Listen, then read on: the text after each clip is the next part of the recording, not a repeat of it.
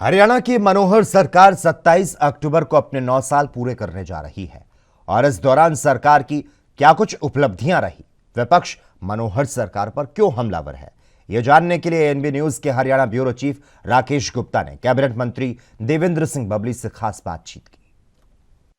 मनोहर सरकार 27 अक्टूबर को अपने 9 साल पूरे करने जा रही है। इस दौरान सरकार की क्या उपलब्धियां रही, सरकार क्यों लगातार खासकर मुख्यमंत्री विपक्ष के निशाने पर है, ये हम जानेंगे कैबिनेट मंत्री देवेंद्र सिंह बबली से। बबली जी इस समय हमारे साथ हैं, उनसे हम ये भी जानेंगे कि उनके महकमे में उनके कार्यकाल के दौरान क्या काम हुए हैं और अगले 1 साल का उनका क्या रोड मैप है।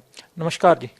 मंत्री जी, ये बताएं कि मनोहर सरकार के 9 साल पूरे होने जा रहे हैं, इस सरकार की आप क्या मुख्य उपलब्धियां मानते हैं?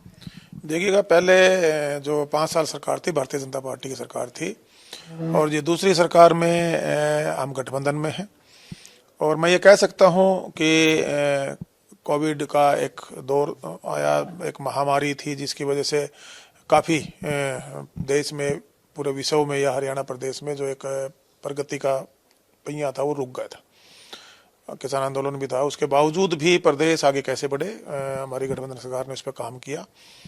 और अगर आप पिछले 5 साल और प्लस ये 4 साल इस गठबंधन सरकार की भी जोड़ें, और जब से जिम्मेवारी में हम लोग भी आए, बतौर विधायक हल्के की बात करें या प्रदेश में बतौर विकास और पंचायत मंत्री के रूप में जो मुझे ये जिम्मेवारी माननीय मनोहर लाल जी ने अपनी कैबिनेट में दी, उसमें हमने काफ़ी बड़े बदलाव किए और वो बदलाव आपको नज़र भी आने शुरू हो गए। देखिए, किसी भी चीज़ की जब आप शुरुआत करते हैं तो एक शुरुआत एक सिरे से होती है।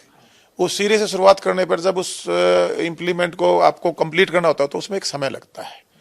इसको ये एक सत्ता परिवर्तन सरकारें आई गई, ये एक व्यवस्था परिवर्तन पे एक मजबूत कदम हमारी सरकार का आप कह सकते हैं।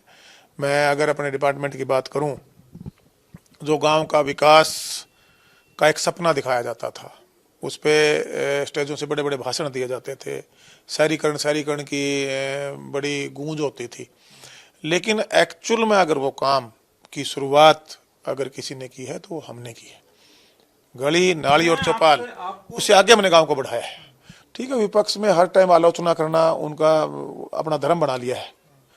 पहले जो पुरानी राजनीति देखेंगे, नेताओं में एक खूबसूरती क्या होती थी उनकी सोच में कि वो विपक्ष की भी तारीफ कर देते थे अगर वो सही काम करते थे। आज आप कितना भी अच्छा काम करें, विपक्ष ने का एक माइंड सेट ये है कि हमने उसकी आलोचना करनी ही करनी है। लेकिन मैं ये दावे के साथ कह सकता हूँ कि जो व्यवस्था हमने बदली है, जो गांव का सुधार हम चाहते हैं, हम सिर्फ कागजों में या भाषणों में सुधार नहीं चाहते, हम धरातल पे सुधार चाहते हैं।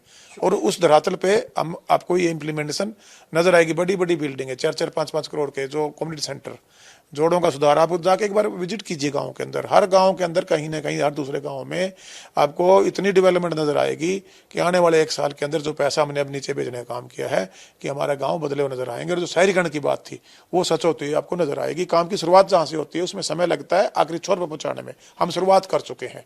आखिरी छोर तक जाने में जो समय लगेगा वो लगेगा, लेकिन गांव बदलेंगे और गांव का डेवलपमेंट आएगा। और गांव में जो शहरीकरण की बात थी वो गांव में आपको नजर आनी शुरू हो चुकी है और इसका फायदा हमारे ग्रामवासियों को मिलेगा। शुक्रिया। तो ये हैं देवेंद्र सिंह बबली, जिन्होंने कहा कि काम की शुरुआत हो चुकी है और अंतिम छोर तक लोगों को फायदा मिलेगा। इन्होंने दावा किया है कि जो ग्रामीण अंचल में शहरीकरण की बात है, सुविधाओं की बात है, वो पूरी तरह से लागू होगी। और उनके साथ इन्होंने ये भी कहा है कि आने वाले जो चुनाव है उसमें काम प्रभावित नहीं होगा, क्योंकि जो पहले से ही जो राशि है, धनराशि है या काम की घोषणा है वो की जा चुकी है। उस समय सिर्फ वो समय जो होगा डिलीवरी का होगा।